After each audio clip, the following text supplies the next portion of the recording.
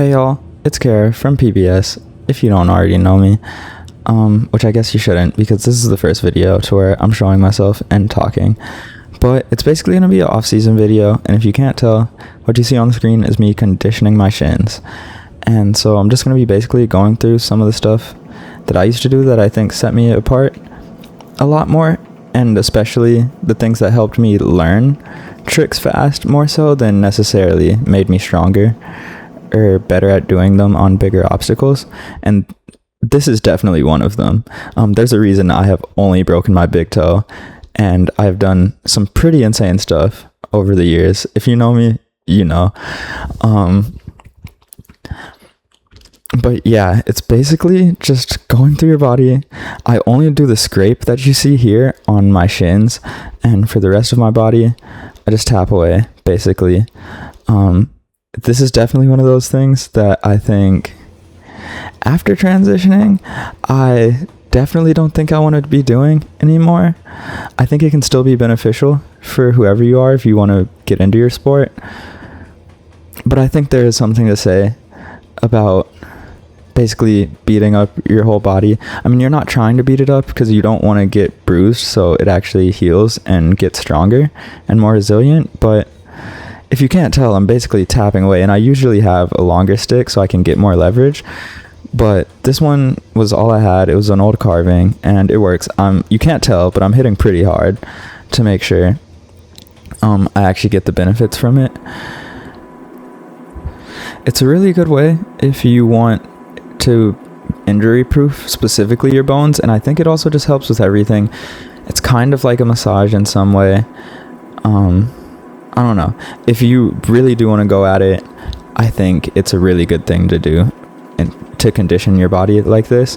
And I also just think generally a lot of martial arts exercises are really good for extreme sports. Ironically, I think there's a lot of parallels in the way you move and just the types of forces you're up against. I mean, slamming into concrete is not nice. I've almost broken my wrist before. It felt like it was about to break, but I think because I did this is the reason that it didn't break and snap on me, which is a great thing. And amongst other things, like I have fully slammed my shins into concrete obstacles and ledges and corners, and they have never broken, even though I basically end up with like a bullet hole in my shin, but my bones don't break. And I think that's definitely a big factor, especially because I did have a bacterial infection in my left shin at one point, and that definitely made it a lot harder to do anything because my bones were weaker. So your bones are your foundation, so I would definitely work on that. And then as you can see, I'm doing fingertip push-ups, and one thing I do differently with these is I alternate to put more weight on one hand and also get a little bit of the inner chest. That's basically the only thing special about these.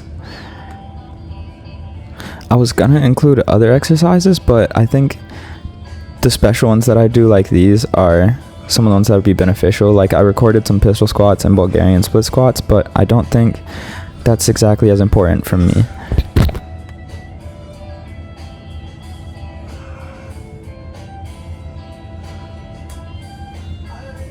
And then we go into some carry-throughs, which are a really good exercise. A lot of the parkour people know it, but I don't think as many skaters know about this exercise. It's a really good exercise for, I mean, obviously getting your L-sit and just movement in general.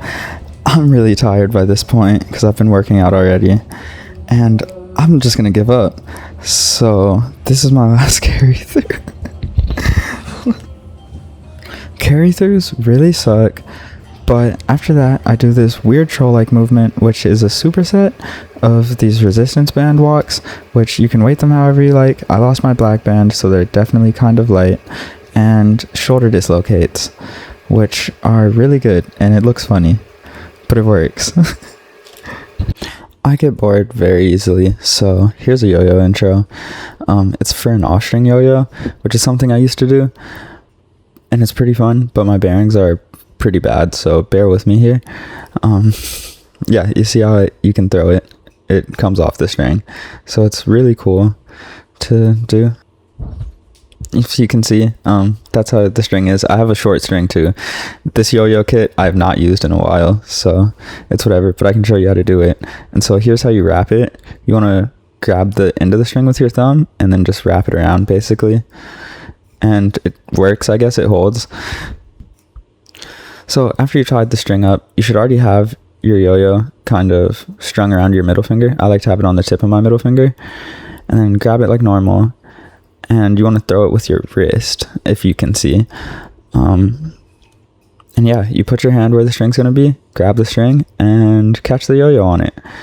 And then you can throw it up to bind it, if you want, as shown.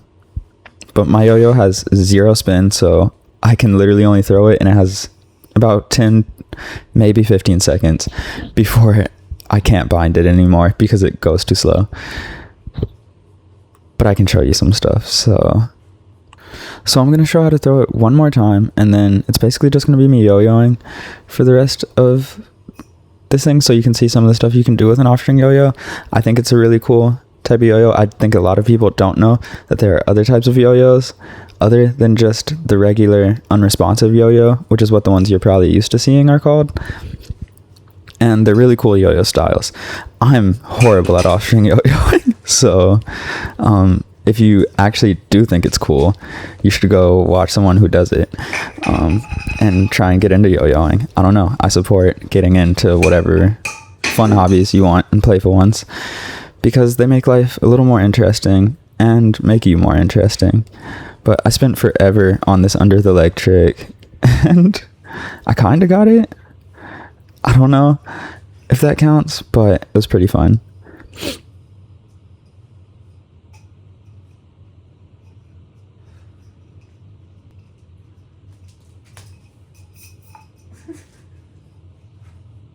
Back to the more serious stuff, some foot exercises. I feel like there's so many videos out there now of take care of your feet or whatever with foot exercises, so I'm not going to say that much. I'm just going to say it's really important, especially if you do parkour, blading, or skateboarding, which are the sports I do, to take care of your feet. And one note, when you do this exercise, make sure to keep your other toes down and only lift up the toe you're planning to lift up. And that's basically about it with this. If you want to see some foot exercises, you could go watch other videos. Honestly, they have a lot more in-depth ones, but this is just resistance band work with your toes, and you can do basically any of the exercises actually in this video while watching something or doing something else pretty much. They're not really that strenuous, I would say. They're more so just things you have to endure, so I say give it a try, especially conditioning your full body. I think that's one of the things that has really helped me in being able to be resilient against falls, so much so that people are always confused, and I still haven't broken a bone except my big toe. So take that with what you will.